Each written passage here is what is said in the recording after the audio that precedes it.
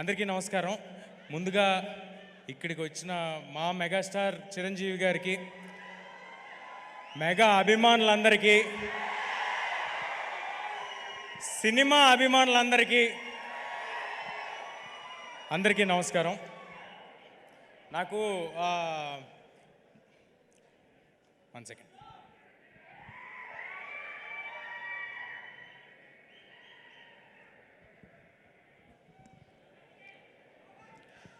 నాకు మామూలుగా మైక్ ఇస్తే మాట్లాడేస్తాను, కానీ ఇవాళ ఎందుకో కొంచెం టెన్షన్గా ఉంది.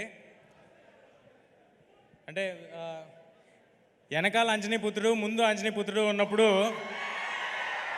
కొంచెం టెన్షన్ ఉంటుంది. బట్ ఎలా ధైర్యం తెచ్చుకుని మాట్లాడతాను నేను. మన ఇతిహాసాల్లో రాముల వారికి సాయం చేయడానికి హనుమంతుల వారు వచ్చారు.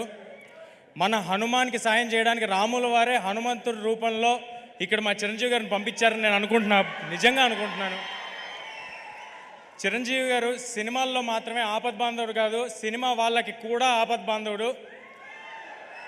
ఎవరైనా గెలిస్తే ఫస్ట్ ఫోన్ చేసి ప్రశంసించేది చిరంజీవి గారు, ఎవరైనా ఓడిపోతే ఫస్ట్ ఫోన్ చేసి పరామర్శించేది చిరంజీవి గారు. అలాంటి మా ఇండస్ట్రీ పెద్ద మా చిరంజీవి గారు. నేను నా జీవితంలో నేను ఎవరికైనా థ్యాంక్స్ చెప్పుకోవాలంటే మా మదర్ ఫాదర్ తర్వాత నేను ఎవరికైనా థ్యాంక్స్ చెప్పుకోవాలంటే అది చిరంజీవి గారికే. ఆయన్ని చూస్తూ పెరిగాను, ఆయన్ని చూస్తూ ఇండస్ట్రీకి వచ్చాను, ఆయన్ని ఆదర్శంగా తీసుకుని సినిమాలు చేస్తున్నాను. నేను ఆయన ఏకలవ్య శిష్యుడిని నేను అనుకుంటున్నాను.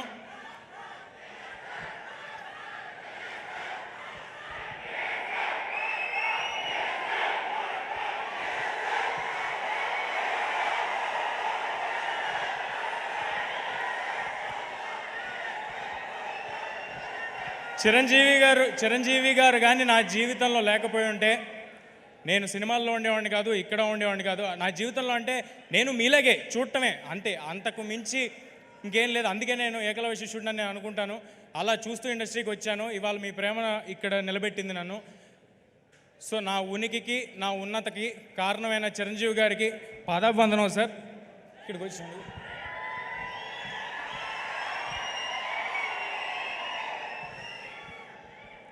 ఇక మా డైరెక్టర్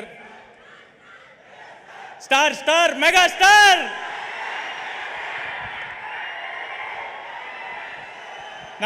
నాకు ఎవరైనా నేను మర్చిపోతున్నా ఇది నా ఈవెంట్ అని, నేను సినిమా గురించి మాట్లాడాలని మర్చిపోతున్నా. నాకు చిరంజీవి గారి గురించి మాట్లాడుతుంటే అలా ఉంటుంది లోపల గుండెల్లో.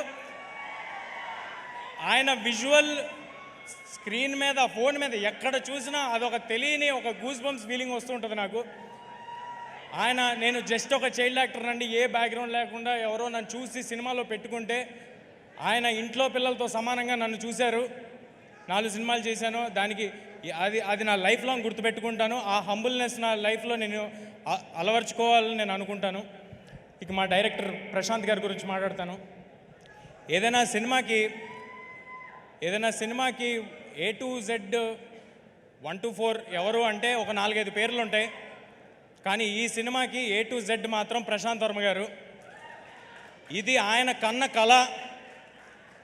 ఆయన నన్ను ఒక ఆయుధంలా వాడి ఒక రామబాణంలాగా ఇండస్ట్రీలోకి వదిలేరు. I am very very thankful to Prashanth garu. నేను జాంబిరెడ్డి ఈవెంట్లో సరదాగా ఓ మాట అన్నాను. ఒకళ్ళు హీరో అవుదాం అనుకోవటమే చాలా చాలా కష్టమైన విషయం, కానీ ఒకరిని హీరో చేద్దామని పూనుకున్నాడు మా ప్రశాంత్ వర్మ అన్నాను. ఇప్పుడు చెప్తున్నాను, చిన్న ఎక్స్టెన్షన్. నన్ను ఇవాళ సూపర్ హీరోని చేసి ఇక్కడ నుంచో పెట్టాడు.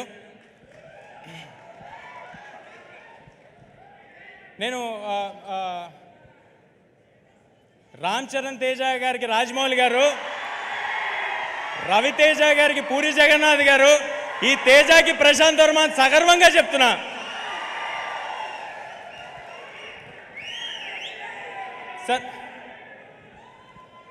సార్ నాకు ఆయనకి క్రెడిట్ ఇవ్వటంలో ఏ మొహమాటం లేదు. నేను ఉత్సవ విగ్రహాన్ని మాత్రమే, మూల విరాట్ మా ప్రశాంత్ వర్మ. ఈ సినిమా మీరు ఏం చూస్తున్నా దానికి రీజన్ మా ప్రశాంత్ వర్మ. ఆయన ఒక కలగన్నాడు.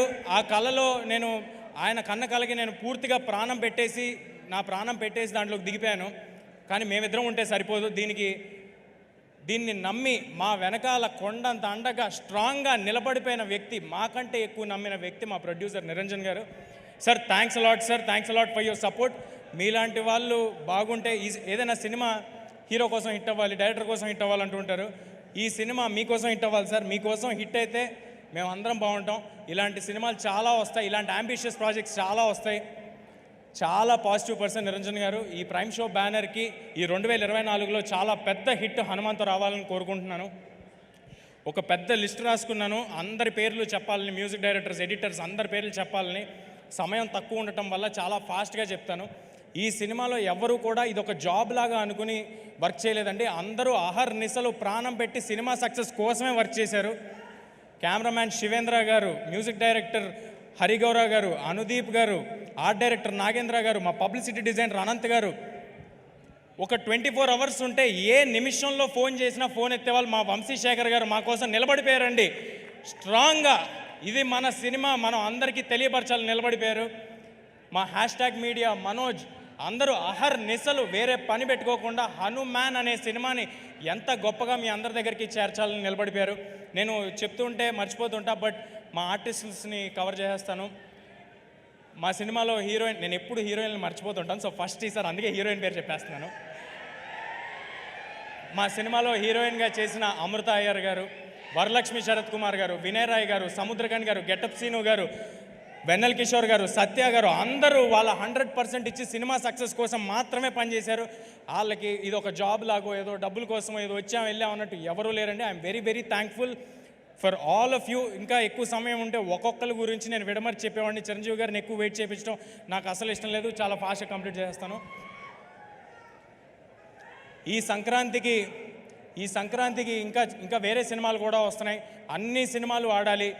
మహేష్ బాబు గారి సినిమాలో యాక్ట్ చేసి పెరిగినోడిని, నాగార్జున గారితో యాక్ట్ చేసినోడిని, వెంకటేష్ గారితో యాక్ట్ చేసినోడిని. అన్ని సినిమాలు చాలా బాగా ఆడాలి. వాటిలో హనుమాన్ కూడా ఉండాలి.